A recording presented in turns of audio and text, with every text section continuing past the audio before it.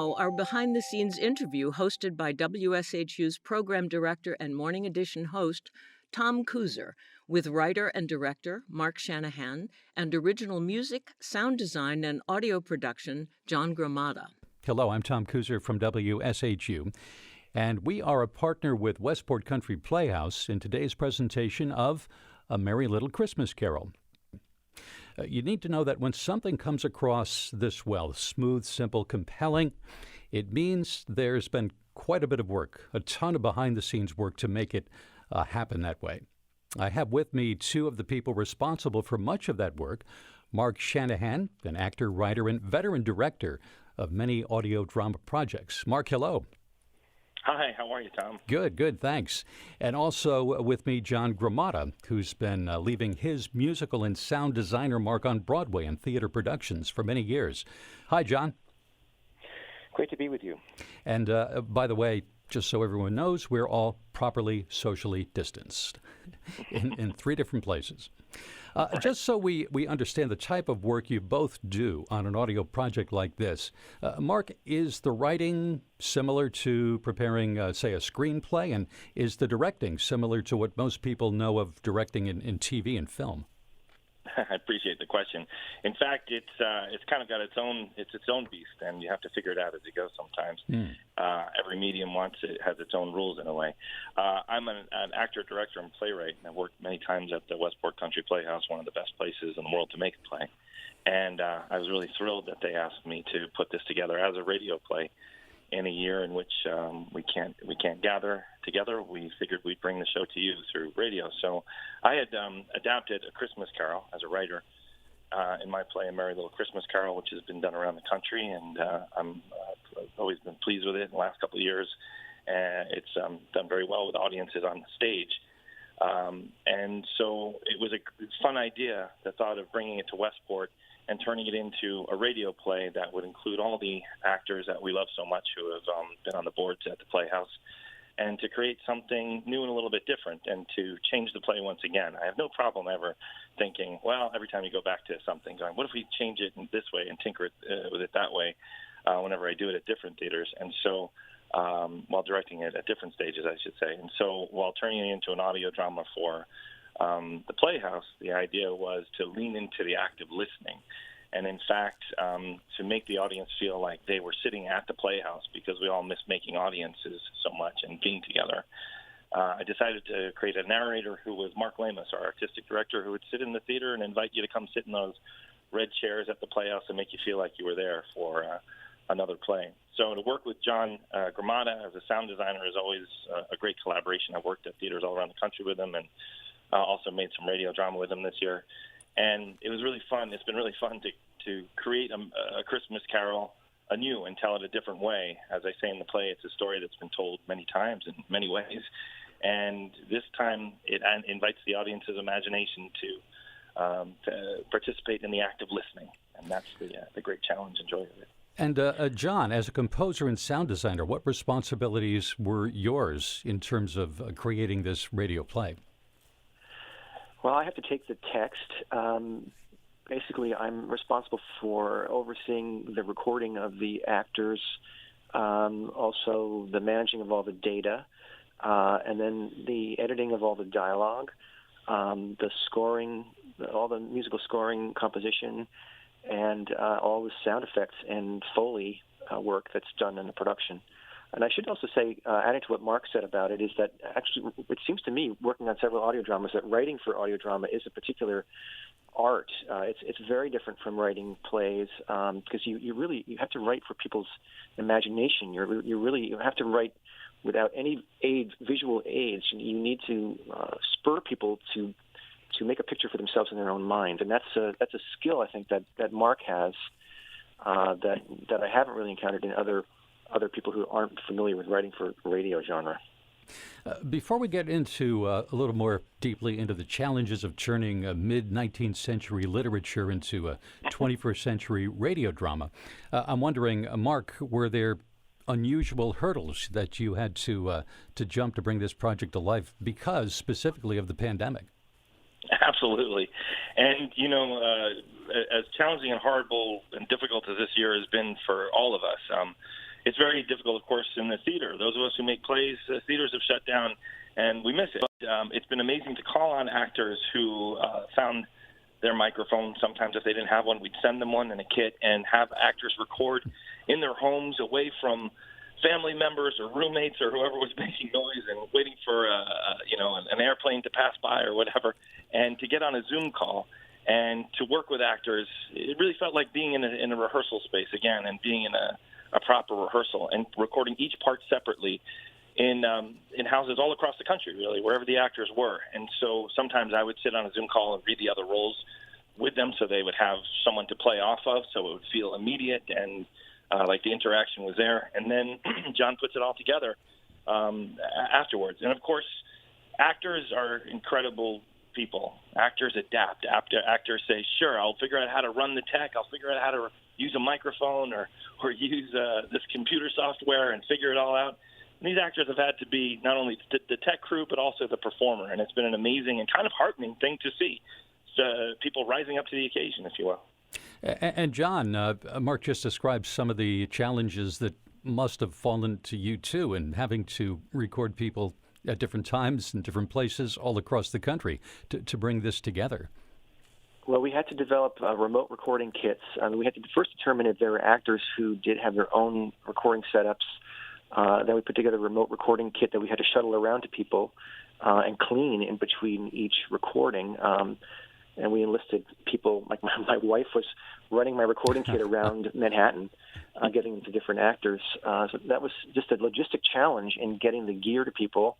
And also, before each recording session, I had an associate who would listen in to what an actor was recording. They'd upload a file. He would ask them to make adjustments, and we'd try to make sure that we had the best technical situation possible for each actor. And actually one of the biggest challenges is what kind of room they were in, with room noise, room sound. We asked actors some of them did their performances under blankets and towels just to be able to cut down on reverb. I had actors, I said, can you hang something on that hard surface there? Put a towel on that wall. We also had people walking around to different parts of their houses or apartments to see whether they could get a better room ambient. And for the most part, that I think that worked out pretty well technically, and we got fairly clean recordings that I could put together into a cohesive story. But it was quite a challenge. Now, I didn't know that's the way that this was handled. We just heard, a wonderful rendition, a wonderful version of a Christmas Carol. And like, I guess, movies that we see has a beginning, a middle, and an end, but possibly shot out of sequence, it sounds like this was put together in the same, or recorded in the same manner. What a challenge to make sense of this when you were recording different people in different places at different times, possibly out of order. That's right. All the actors were recorded individually, and amazingly, everyone was interacting with Mark Shanahan, our director, online via Zoom call. And the incredible thing is that Mark acted out all the other parts in the radio drama for the people he was recording with. And it's quite amazing when I'm listening to the recordings of how Mark was actually playing every role so that the actors had someone to play against. A Dickens novel is a unique art form, and so is a radio play. One uses the written word, the other sound only. It would seem... it seems it would be difficult, Mark, to turn one into the other. Well, it's, although I'm the playwright of A Merry Little Christmas Carol, I have the best source material and the best collaborator, and Charles Dickens sitting over my shoulder at all times telling me what is the thing that he would most want the audience to get. And the more you read A Christmas Carol, the more you spend time with Dickens' text, the more you marvel at what a beautiful and heartfelt piece of writing it is. And one of the things that I keep thinking while I write radio plays is I sort of try and throw down a gauntlet for John Gromada as a sound designer. I think, what if I wrote this just to see what John would make of that? Or here's a funny and strange idea. What if the ghost sounded this way? Or what if the door opened here? Just to see how John would handle that. And, of course, John always comes back. He sends me a clip and says, do you think this music works? And, of course, it's better than I could have imagined. But you really want to write for sound. You want to write so that the audience feels like they're eavesdropping on something, on behavior, on a whole room. And if they were to close their eyes, they'd imagine being there. They'd imagine what was happening in the whole room. It's not just a reading. It's something, that's performed out loud. So, John, in terms of the sound then, is it a matter of stimulating the imagination differently, comparing the written word to the radio play? Well, I guess the best authors are really making a picture in the reader's mind. So it's similar, and I think it's one reason why we've had this explosion of interest in audio dramas and audiobooks lately is that it is there's something similar about someone stimulating you to make a mental picture.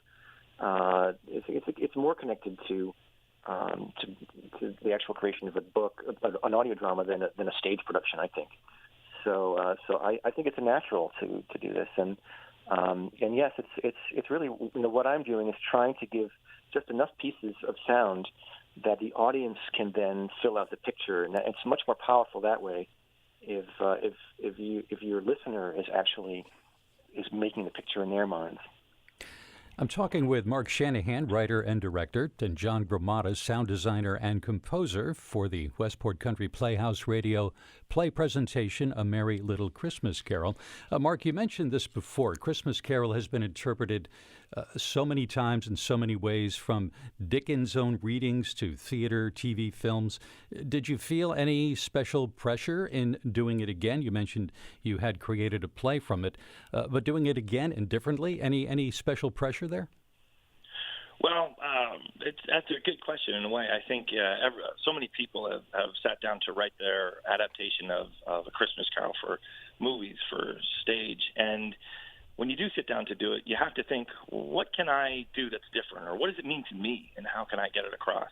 And although I'd written the original stage adaptation well before 2020, in this year I've altered it and adapted it and sort of leaned into this idea that inside of Christmas Carol there's a message that we all must take care of each other and that we all must try to be our better selves. And that feels particularly resonant in 2020. The idea of being responsible for our brothers and sisters, and it's right there in the Dickens piece.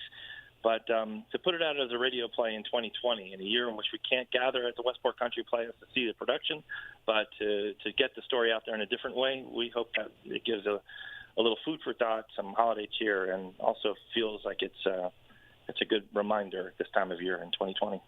And John, any special pressure in telling the story again and differently as a radio play, especially from your perspective as an expert in music and sound? Well, it's a tremendous endeavor, just technically, and I was just thinking the other day that this, of all radio plays, has got to be one of the most complicated ones you can do, because there's so much fantasy and time travel, and there's so many complicated sequences in it. So it's a challenge just technically. When I've done a stage play, one of the things maybe some of your listeners have seen the Hartford stage production of A Christmas Carol, which I composed a score for back in 1998, the score and sound design, and that was really one of the largest productions I think I'd ever worked on. And it's the same thing with radio drama. Of all the radio dramas I've been doing with this year with Mark, this is the most complex. There's so much music. There's so many different places and transitions and moving people from place to place. So there's a lot of pressure to make the story work logically, take all these different disparate recordings, put them all in the same world. I mean, it has been an enormous challenge.